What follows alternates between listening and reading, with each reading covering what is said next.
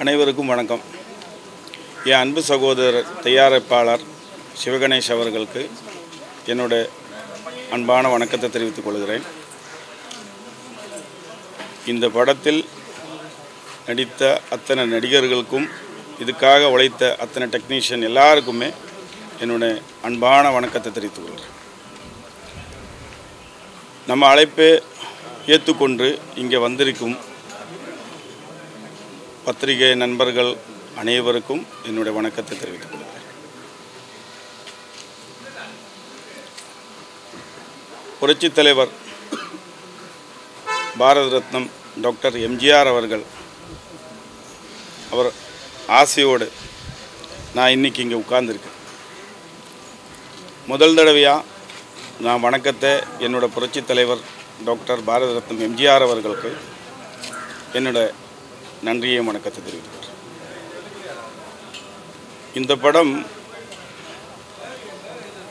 இந்த படத்தோட ஸ்டோரி எப்படின்னா, எதிரி என்று நினைக்கிறவங்கள் எல்லாருமே எதிரி கிடையாது.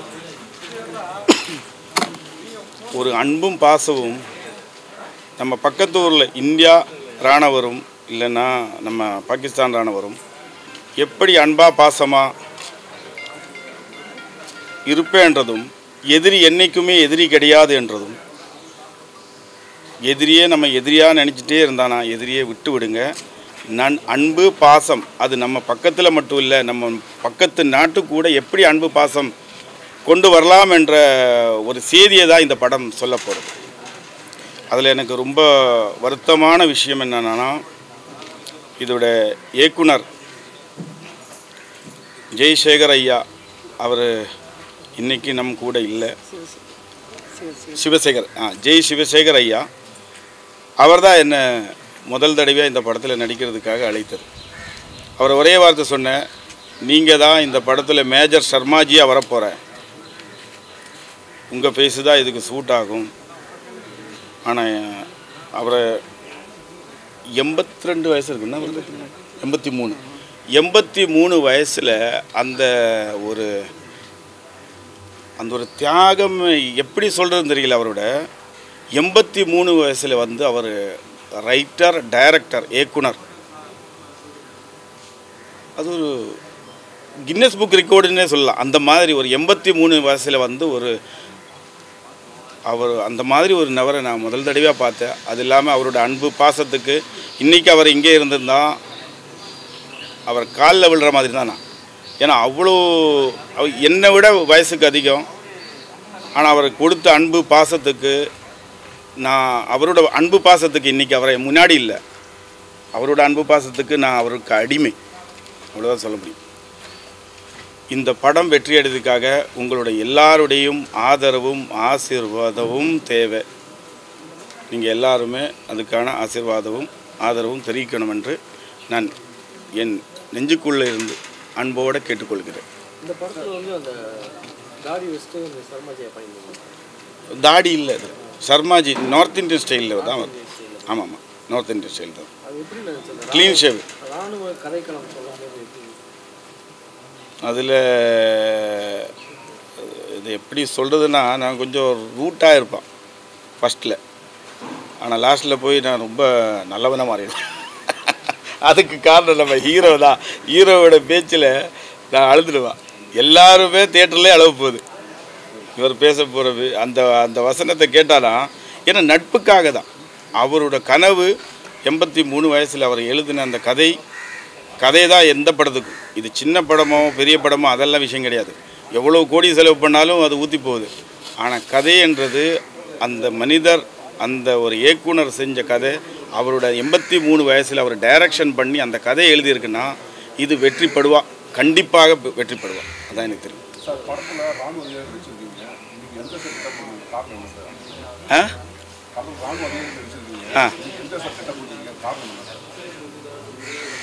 இந்த கேள்வி இங்கே தேவையா? ஓகே. என்னன்னா, நான் எம்ஜிஆர் கொள்கையை பின்பற்றி போகிறேன். இந்த வேஷம் போட்டு என்னால் என்ற உதவி ஏழை மக்களுக்கு இன்னைக்கு வரைக்கும் செஞ்சுட்டே இருக்கேன், இன்னும் செய்வோம். ஏன்னா என்னோடய தலைவர், என்னோட ரோல் மாடல், எல்லாமே எம்ஜிஆர் தான். அவர் தான் தலைவர் கொள்கையை பின்பற்றி போகிறோம். தலைவர் வேஷம் போட்டு ஆட்டம் ஆடுறதோ இல்லைன்னா இந்த கூத்தாடுறதோ அது அவங்க பொழப்பு, அது வேறு விஷயம். ஆனால் நான் அதை எதுவும் பண்ணலை. இந்த வேஷத்தினால நான் ₹1 கூட சம்பாதிக்கலை. இந்த வேஷம் போட்டு என்னால் முடிஞ்ச உதவி ஏழைக்கு இன்றைக்கி கூட செஞ்சுட்டு போயிட்டு இருக்கேன். இங்கேயே ஒரு ட்ரஸ்ட் இருக்குது, 32 அநாத குழந்தைங்க வாழ்ந்துட்டு இருக்காங்க. அதில் நான் ஒரு டோனர், அவ்வளோதான், டோனர்னு சொல்லுவேன். நான் அதுதான். ஸோ இதுதான் கண்டினியூட்டி பண்ணுவேன், கண்டினியூட்டி பண்ணிகிட்டே இருக்கேன். நான் கத்தரில் விவசாயம் பண்ணிகிட்டு இருக்கேன். கத்தரில் எனக்கு 2 கடை வச்சுருக்காங்க. அதுதான் அந்த காசை எடுத்து வந்து இங்கே ஏழை மக்களுக்கு உதவிட்டு இருக்கேன். இந்தியா பாகிஸ்தான் கிரிக்கெட்னால 2 பேர் நீயா நானா நடிச்சிருப்பாங்க. 2 நாடு ஒன்று சேர்ந்து நட்புல 2 சோல்ஜர்ஸ் அந்த நாட்டோட அதை சொல்லியிருப்பாரு. ஆனால் கதையை நம்ம திரையில் தான் பார்க்கணும், எல்லா கதையை சொல்ல முடியாது. ஆனால் இந்த கதையை பார்த்தா பாருங்கள், இந்த என்ன இப்போ புதுசாக படம் வர்றது எல்லாமே இந்த கேம் மாதிரியெல்லாம் இருப்பான், அதெல்லாம் இல்லை. இது கதைன்றது இதுதான் கதை. ஏன்னா 83 வயசில் ஒரு இயக்குனர் வந்து இந்த படத்தை உருவாக்கும்போது அவர் எவ்வளோ யோசிச்சுட்டு இருப்பான், எவ்வளோ சிந்தனையில். அவர் என்ன சொல்ல வர்ற இந்த கதையில் நட்பு தான், அன்பு தான். அந்த நட்பு, அன்பு, பாசம் இது எப்படி இருக்கணுன்றது இந்த கதையில் சொல்ல வர்றோம். இது பாருங்கள், பார்த்ததுக்கப்புறம் தான் புரிய போகுது. ஏன்னா நட்பாக இருக்க போகிறதோ அது இல்லையோ, ஆனால் மக்களுக்கு இது பிடிக்கும். இந்த ஹீரோவோட பேச்சு கேட்டால் கடையில் இருந்து தண்ணி வரும். ஆனால் எல்லாமே இருக்குது அதில். காமெடி, கமர்ஷியல் படம் தான். ஆனால் மெயினாக ஆணவரை பற்றி தான். ஆணவர் எப்படி இருக்கணுன்றது சொல்கிறது இல்லை, மக்கள் மனிதர்கள் எப்படி இருக்கணும், எப்படி அன்பாக பாசமாக நட்பாக இருக்கணுன்றது தான் இதோட மெயின் இந்த கதைக்கு. சார், இப்போ புதுசாக கட்சி ஆரம்பிக்கிறவங்க எல்லாமே எம்ஜிஆர் அவர்களுடைய படங்களையோ அவர்களுடைய பெயர்களை பயன்படுத்தி இந்த அரசியல் பண்ணுற மாதிரி நீங்கள் அவரோட பக்தர்னாலும் உங்களுக்கு கேட்குறேன்னா, நீங்கள் அந்த கெட்டப்பில் நிறைய உதவிகள் பண்ணிட்டு இருக்கீங்க. இப்போ வர நடிகர்களே புதுசாக கட்சி ஆரம்பிச்சுட்டு வந்து எம்ஜிஆரோட பெயர்களை வச்சு தான் இது பண்ணுறாங்க, அரசியல் பண்ணுறாங்க. அதை எப்படி பார்க்குறீங்க? அரசியலை பற்றி நம்ம பேச வேணாம், நம்ம படத்தை ப்ரொமோஷனுக்குதாக தானே வந்திருக்கேன். இல்லை அரசியல் வேணாம், அது எல்லாருமே பயன்படுத்துது, அது பெரிய விஷயம் தானே. ஏன்னா அவர் தான் மனித கடவுள்.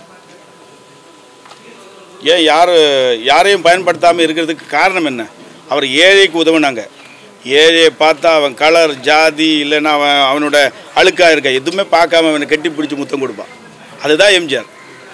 அது யாராலேயும் முடியாது. இன்றைக்கி இல்லை, இனி வர்ற தலைமுறையிலையும் எந்த முதலமைச்சராலேயும் முடியாது, எந்த தலைவராலேயும் முடியாது.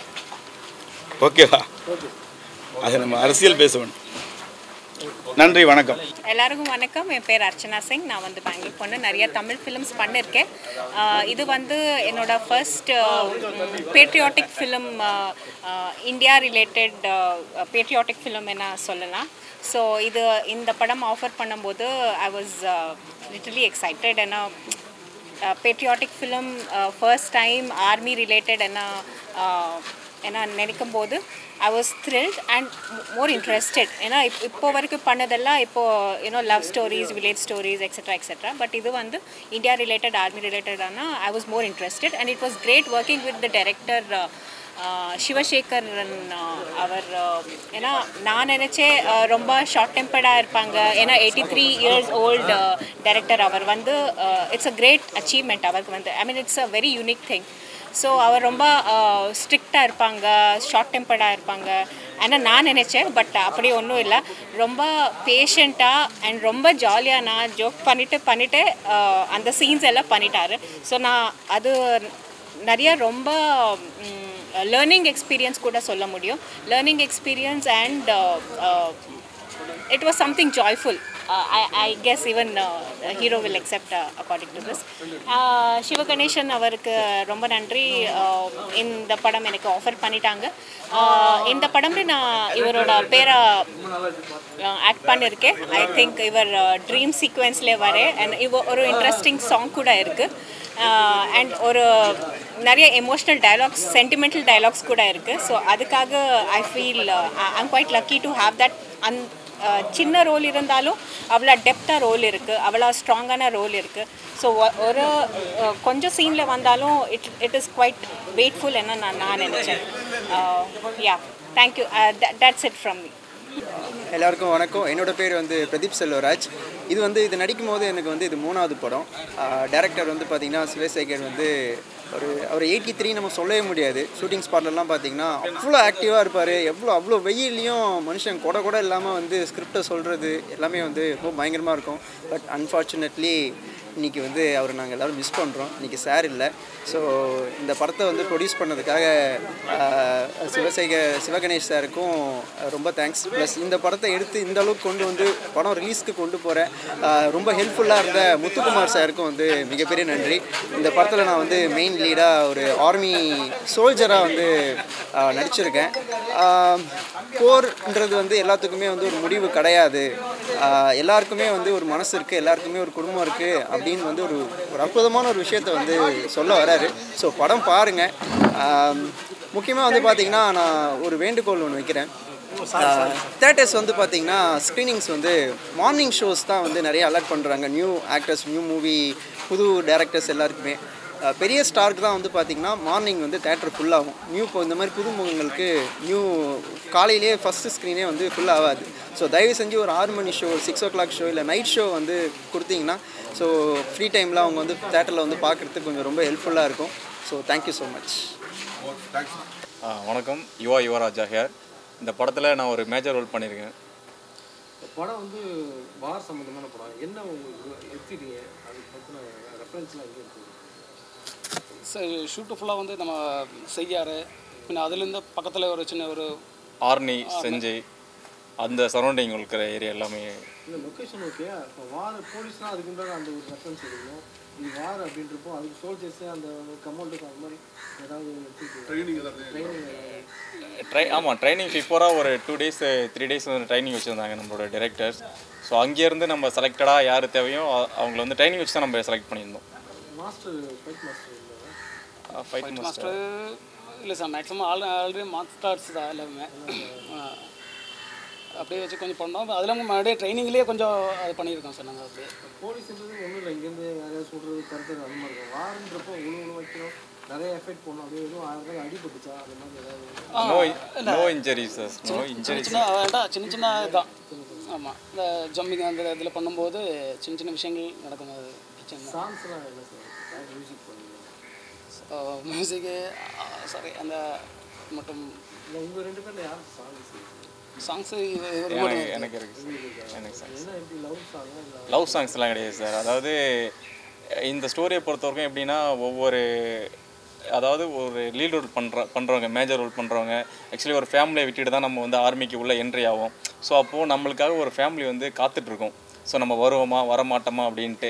கடைசியான பட்சத்தில் நம்ம வீட்டுக்கு போனால் லக்கு, போகாத நேரத்தில் அன்லக்குங்கிற மாதிரி ஒரு சாங் வரும். நம்ம டெத் ஆகிட்டோம் அப்படின்னா நம்மளுடைய ஃபேமிலி வந்து என்னத்தை நினச்சி நம்ம அழுகுறாங்க, என்னத்தை நினச்சி வருத்தப்படுறாங்க, நாட்டுக்காக போராட போன புருஷன் நினச்சி வருத்தப்படுறதா இல்லை குடும்பத்தை விட்டுட்டு தவிக்கிற அவங்கள நினச்சி வருத்தப்படுறதாங்கிறத அந்த ஒரு பாட்டில் காட்டுவாங்க.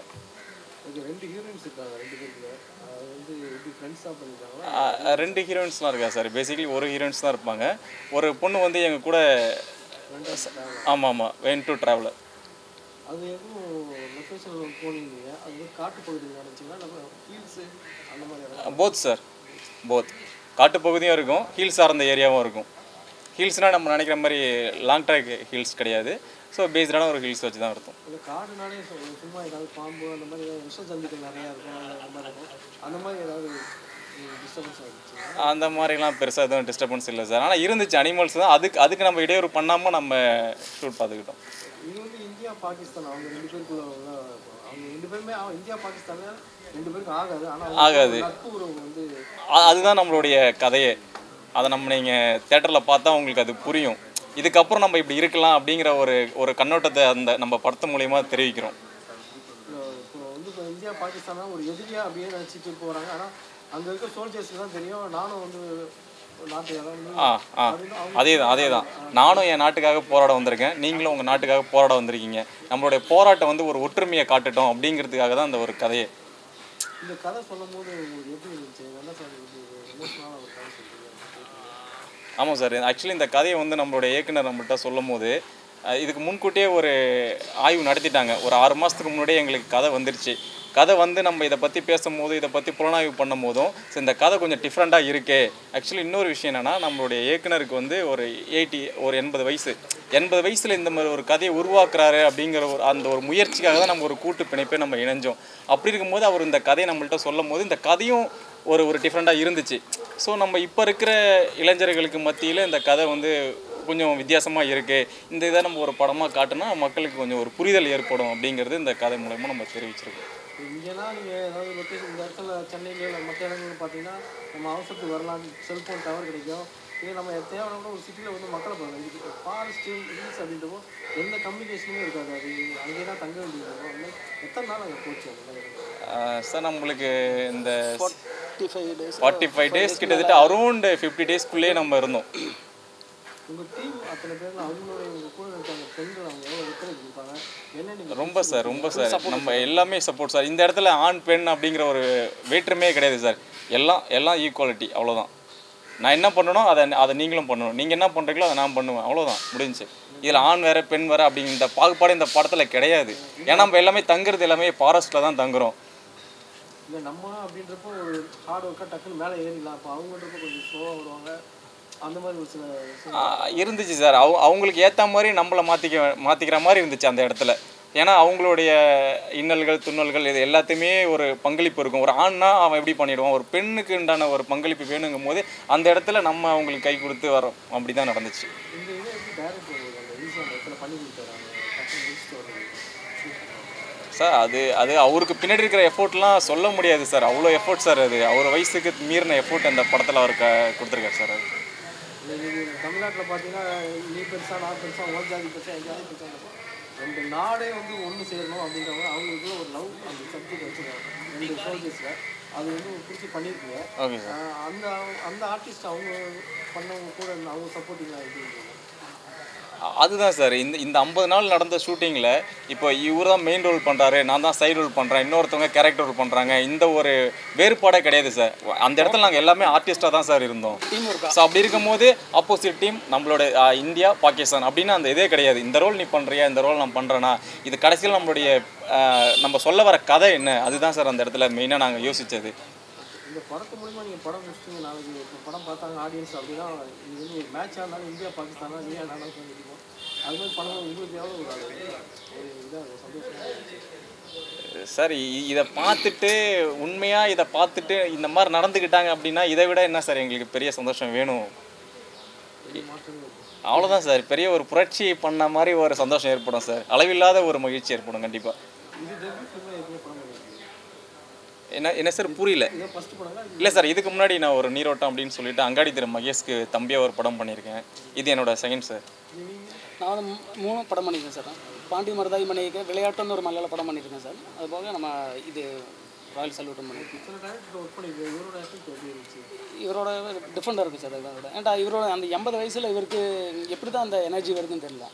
பார்க்குற காலம் ரொம்ப நான் நினச்சேன் சரி சப்போர்ட் பண்ண மாட்டேன்னு நினச்சேன். ஆனால் ஃபுல்லாக அவர் தீவிரமாக இறங்கி வேலை செய்கிறாருங்க சார். அதே மாதிரி ப்ரொடியூசரும் வேறு லெவலுங்க சார்.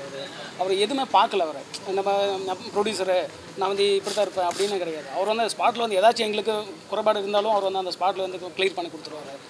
எல்லாமே வந்து பக்கா இது பண்ணாங்க சார். கஷ்டப்பட்டாங்க எல்லாம் முடிஞ்சு இதனால இதோட இது ரிசல்ட் பார்க்க போகிறீங்க எவ்வளோ எக்ஸ்பீரியன்ஸ் சார்?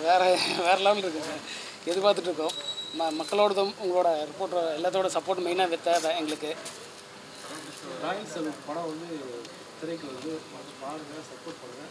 நாட்டு படம் ஓகே சார். ராயல் சல்யூட் படம் வந்துட்டு வர வெள்ளிக்கிழமை அன்னைக்கு நம்ம தியேட்டருக்கு வர இருக்குது. கண்டிப்பாக மக்களாகிய எல்லாரும் நீங்கள் சப்போர்ட் பண்ணணும். உங்களுடைய சப்போர்ட் தான் எங்களுடைய வளர்ச்சிக்கு மிகப்பெரிய ஒரு ஆணிவேர். கண்டிப்பாக நீங்கள் சப்போர்ட் பண்ணுவீங்கன்னு நினைக்கிறேன். உங்களுடைய ஆதரவு எங்களுக்கு தேவை. மிக்க நன்றி சார். அனைவருக்கும் ஒரு மிகப்பெரிய ராயல் சல்யூட். இந்த படம் வந்து ராயல் சல்யூட் அப்படின்ற ஒரு பேரே வந்து நம்முடைய இந்திய இராணுவம் எந்த அளவுக்கு வந்து ரொம்ப கஷ்டப்பட்டு உழைக்கிறாங்க, அவங்களுடைய வாழ்க்கை வரலாறு அது எல்லாமே நம்ம பார்க்கறது கிடையாது. அதை வந்து நேரில் ஒரு சித்தரித்து கொண்டு வந்த படம் தான் இது. என்னுடைய பேர் வந்து இன்பா பிரகாஷ். நான் வந்து இதில் கலை இயக்குனராகவும் அப்பாவும் அப்படின்ற ஒரு கேரக்டராகவும் இதில் பண்ணியிருக்கேன். இராணுவ வீரனாக நடிச்சிருக்கேன். ஸோ இது வந்து ஒரு பெருமை தகுந்த ஒரு மூவி. இந்த படத்தில் பார்த்திங்கன்னா ரொம்ப ஒரு சொல்லக்கூடிய ஒரு விஷயம் என்னென்னா, ஒவ்வொருத்தரும் வந்து பார்த்திங்கன்னா ஒரு போராட்டம் நிறைந்த வாழ்க்கையோடு தான் இருக்கும். ஒரு திருமணமான பிறகு புதுசில் டக்குன்னு பார்த்திங்கன்னா அதை விட்டுட்டு அடுத்த கட்ட சண்டைக்கு போயிடுவாங்க. அதில் வந்து திரும்பி வருவாங்களா வரமாட்டாங்களா இப்படியே ஒரு கேள்விக்குறியோடு தான் அவங்களுடைய குடும்பமே வாழ்க்கையை போயிட்டுருக்கும். திடீர்னு பார்த்தா ஒரு பணத்தோடு வருவாங்க. ஸோ இது எல்லாத்துக்குமே ஒரு முடிவு கிடையாது. அது மட்டும் இல்லாமல் இது பொதுவாக வந்து இந்திய இராணுவம் மட்டும் இல்லை, எல்லா நாட்டுடைய இராணுவத்தையும் எல்லா நாட்டு இராணுவமும் வந்து இப்படி தான் கஷ்டப்படுறாங்க அப்படின்ற மனிதநேயத்தை உணர்த்தக்கூடிய ஒரு படமாக இருக்குது. இந்த படத்தில் ஒர்க் பண்ணதுக்கு ரொம்ப மகிழ்ச்சி, ரொம்ப சந்தோஷம். வெற்றி பெற அனைவருக்கும் என்னுடைய மனமார்ந்த வாழ்த்துக்களும் மகிழ்ச்சியும் தெரிவித்துக் ரெண்டு பெண்கள் ஹீரோவா? ஆமாம் ஆமாம். ஏன்னா மிலிட்ரி ஒரு இராணுவ படம் அப்படின்னா பார்த்திங்கன்னா இராணுவ வீரர் தான் சொல்லுவாங்க. இதில் வந்து இராணுவ வீராங்கனை அப்படின்ற ஒரு கருத்தோடு பெண்களும் வந்து சம பங்காக வந்து இந்த இராணுவத்துக்காக போராடிட்டு இருக்காங்க. ஸோ அதை வந்து ரொம்ப அழுத்தம் திருத்தமாக இந்த படத்தில் வந்து சொல்லியிருக்காரு. இயக்குனர் வந்து ரொம்ப அமரர் திரு ஜெய் சிவசேகர் அவர் தான் வந்து இயக்குனர். அவருடைய லாஸ்ட்டு ஒரு வயசில் தான் அதை வந்து படம் எடுத்துகிட்டு அவர் இப்போ இல்லை. இருந்தாலும் வந்து அவருடைய படம் வந்து அவர் நினச்ச மாதிரி இன்றைக்கி வந்து வெளியாகுதுன்றது ரொம்ப சந்தோஷம். அதே மாதிரி சிவகணேஷ், ப்ரொடியூசர் சிவகணேஷ் அவங்களாம் எல்லாருமே வந்து இந்த படத்துக்கு மிகப்பெரிய பங்களித்து ஒத்துழைப்பு கொடுத்ததாக தான் இந்த படம் வந்து இன்றைக்கி ரிலீஸ் ஆகுது. அதனால் இந்த ஹோல் டீமுக்கும் என்னுடைய மிகப்பெரிய மனமார்ந்த வாழ்த்துக்களையும் மகிழ்ச்சியும் தெரிவித்துக் கொள்கிறேன். ஆர்ட் டிபார்ட்மெண்ட் பார்த்திங்கன்னா இது வந்து ஒரு காட்டுக்குள்ளே நடக்கிற பகுதி. காட்டுக்குள்ளே நடக்கும்போது பார்த்திங்கன்னா அதில் என்ன இருக்கும் எதுக்குன்னே தெரியாது. அட்டைப்பூச்சி இருக்கும், அதுக்கப்புறம் நிறைய பூச்சிங்களாக இருக்கும், அப்படியே எறும்புகள்லாம் கடிக்கும். ஸோ இதை தாண்டி ஆக்டர்ஸ்களுக்கும் அது மாதிரி எல்லாம் நிறைய நடந்திருக்கு. திடீர்னு ஓடி போய் விழுவாங்க. ஏன்னா மிலிட்ரி சப்ஜெக்ட்னும் போது அடிப்படுறதுக்கு நிறைய வாய்ப்புகள் இருக்குது.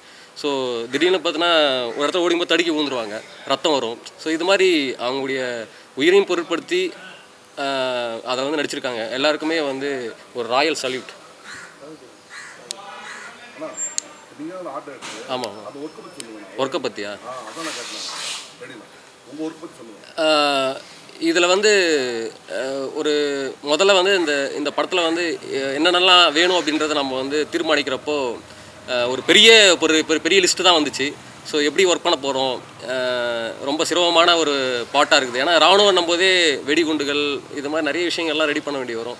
ஸோ இதில் வந்து பொதுவாக அந்த கண்ணி வெடிகுண்டுலாம் எப்படி இருக்கணும், ஸோ இது மாதிரி நிறைய ரிசர்ச்லாம் பண்ணி எப்படிலாம் அதை அட்டாக் பண்ணால் எப்படிலாம் அவங்களுடைய உயிர் போகுது. ஸோ இது மாதிரி நிறைய விஷயத்தில் நம்ம ரிசர்ச் பண்ணி தான் அதை கொண்டு வந்திருக்கோம். அதனுடைய கலர் டோனு, அதனுடைய எப்படிலாம் செயல்பாடுகள் இருக்கும், பார்த்தோன்னே அது வந்து ஒரு டம்மியாகவும் தெரியக்கூடாது. இது மாதிரி வந்து யதார்த்தமான ஒரு விஷயங்களை வச்சு தான் இதை பண்ணியிருக்கோம். அதே மாதிரி இந்த துப்பாக்கி இது மாதிரி நிறைய இதெல்லாம் எக்யூப்மெண்ட்லாம் இருக்குது. ஸோ இது எல்லாத்தையுமே வந்து தேடி கண்டுபிடிச்சி நிறைய விஷயங்களில் பண்ணியிருக்கோம். ஸோ உழைப்பு என்பது ரொம்ப முக்கியமாக அந்த படத்தில் இருக்குது. ஸோ உழைச்சிருக்கோம், அதுக்கான வெற்றி எதிர்பார்க்குறோம், பார்ப்போம். இன்னும் பார்க்கவே அதெல்லாம் பார்க்கவே இல்லை ஒன்றா. நான் பார்த்துட்டு சொல்லட்டுமா? சரி இல்லை எதாவது சொல்லிவிடுவா, பார்த்து நல்லா இருக்கு. சரி. ஸ்க்ரீனில் பார்க்கும்போது ரொம்ப சந்தோஷமாக இருக்குது. நம்முடைய படைப்பு இந்த பிக் ஸ்க்ரீனில் பார்க்கும்போது ரொம்ப மகிழ்ச்சியாகவும் இருக்குது, அளவில்லாத ஆனந்தமும் இருக்குது. ஏன்னா ஒரு படம் வந்து வெளிவரதுக்கே நாட்கள் ஆகுது, வெளிவராது அப்படின்னு தெரிகின்ற காலத்தில் இப்போ இந்த படம் வெளிவரது வந்து எங்கள் ஹோல் டீமுக்குமே ரொம்ப சந்தோஷம், ரொம்ப மகிழ்ச்சி. என்ன சார்? ரொம்பவே வருத்தமாக தான் இருக்குது. ஏன்னா வந்து இயக்குனர் வந்து ஒரு நாவலாசிரியர். அவர் முதல்ல என்னை சந்திக்கும்போது அந்த நாவல்கள்லாம் எனக்கு காமிச்சார். இது மாதிரிப்பா இன்பா நீங்கள் வந்து இந்த நாவல்லாம் படி அப்படின்னு சொல்லிட்டு ஒரு சில புத்தகங்கள்லாம் எனக்கு கொடுத்தாரு. நான் படித்தேன். ஸோ அவர் கதை சொல்கிற விதமும் வந்து ரொம்ப யதார்த்தமாக இருந்தது, விஷுவலாக என் கண்ணு முன்னாடி ஓடுற மாதிரியே இருந்தது. ஸோ அப்படி பண்ணும்போது அந்த கதைகள் வந்து ரொம்பவே உயிரோட்டமாக இருந்தது. அதை பார்க்கும்போது இன்பா நீ அதில் ஒரு விஷயத்த பண்ணு, ஏன்னா அவங்க பேஸ் கட்ட அதில் செட் ஆகிற மாதிரி இருக்குது, நீங்கள் வேணால் பண்ணலாம் அப்படின்னு சொல்லிட்டு சொன்னார். ஸோ ஓகே சார், நான் எதுவாக இருந்தாலும் நம்ம பண்ணலாம் அப்படின்னு பண்ணிட்டோம். ஆனால் இந்த படம் இவ்வளோ சிறப்பாக வந்து இது திரையிட்டு வெளியில் வர்றது ரொம்ப மகிழ்ச்சி. அவருடைய ஆத்மா வந்து கண்டிப்பாக இதை பார்க்கும். அவருக்கு என்னுடைய மிகப்பெரிய வீர வணக்கத்தை தெரிவித்துக் கொள்கிறேன். சார் இந்த படத்தோட பார்த்துருக்கேன், நல்லாயிருக்கு. இதோட ஹார்ட் ஒர்க் வந்து டைரக்டர் தான் போகும். ஸோ அவர் தான் ரொம்ப ஹார்ட் ஒர்க் பண்ணார். அவர் ஒரு 3 months பேக் அவர் இறந்துட்டார். அவர் சார்பாகவும் நான் பேசணும். இந்த படத்தோட வந்து ஒரு ஒற்றுமையை பற்றி பேசுகிறது தான். மனிதர்கள் எப்படி இருக்கணும், அதே சம்மந்தமாக அந்த இராணுவத்தில் அவங்களோட ரிலேஷன்ஷிப்பு எப்படி, அதை பற்றி தான் நாங்கள் வந்து கதையின் இது. ஸோ நல்லபடியாக வந்திருக்கு. ஸோ டைரக்டர் வந்து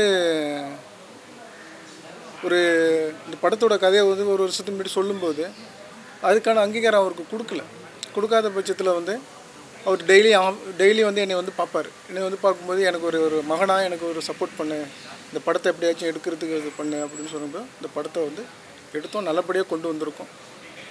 உங்களுக்கு இந்த படத்தை நீங்கள் பார்த்துட்டு நீங்களும் எங்களுக்கு சர்டிஃபிகேட் கொடுக்கணும். அது எங்கள் மேனேஜர் தான் பார்த்துட்டார். அவர் டைரக்டர் தான் எல்லாமே ஃபாலோ பண்ணிக்கிட்டார். நல்லபடியாக நடிச்சிருக்காங்க. என்ன சொல்லணும்னா ஒவ்வொருத்தவங்களும் வந்து எக்ஸ்ட்ரா அவுட்புட் கொடுத்து தான் அந்த படத்தை வந்து பண்ணியிருக்காங்க. ஆமாம், அது வந்து எப்படின்னா பிளேஸ் வந்து பயங்கரமாக இருக்கும். அதை சப்போர்ட் பண்ணி நடிக்கிறது துணிச்சல் வேணும்ல. நல்லபடியாக வந்திருக்கு. நீங்கள் பாருங்கள், நீங்களும் பார்த்துட்டு சொல்லுங்கள். இப்போ வந்து இந்தியா பாகிஸ்தான் அப்படின்றது வந்து ஒரு நாட்டோட ஒற்றுமையை பற்றி பேசுகிறாரு. அது எப்படி எடுக்கிறதுக்கு பெரிய தைரியம், அதை ப்ரொடியூஸ் பண்ணுறது தைரியம், எப்படி பண்ணுவீங்க? அதை கேட்டு எல்லாம் அவரோட டைரக்டர் தான், அது அவருக்கு தான் இது போய் சேரும். என்னை பொறுத்தவரையும் வந்து அவர் சொன்னார், நான் செஞ்சேன். அவனுக்கு படம் பற்றி நல்லபடியாக இருக்குது. எப்போ ரிலீஸ் பண்ணுங்க? Coming 19th. சார் இன்னைக்கு இயக்குனர்லாம் அதை எப்படி சார் நினைக்கிறீங்க? சரி சார், இயக்குனர்லாம் படம் பேசப்போ அதை எப்படி ஃபீல் பண்ணுறீங்க? எல்லோரும் சாதாரணமாக வந்து பண்ணிட முடியாது. எல்லாருக்கும் வந்து ஹார்ட் ஒர்க்கு திறமை இருந்தால் மட்டும்தான் இது ஒரு விஷயத்தை பண்ண முடியும். ஸோ அவருக்கு இருந்திருக்கு, அது பண்ணுறாரு. அவர் முழு படம் எல்லாம் ஒப்புமுடிச்சு பார்த்தாரா சார்? பார்த்துருக்காரு. என்ன சார் அவர்கிட்ட சொன்னார்? அவர் வந்து எனக்கு பிடிச்சி இந்த சொசைட்டிலே எனக்கு இத்தனை வயசாகுது, எனக்கு யாரும் அங்கீகாரம் கொடுக்கல, இதை நான் கொண்டு வந்ததுக்கு நீ எனக்கு இது பண்ணினதுக்கு எனக்கு ரொம்ப சந்தோஷப்படுறேன் அப்படின்னு சொன்னார்.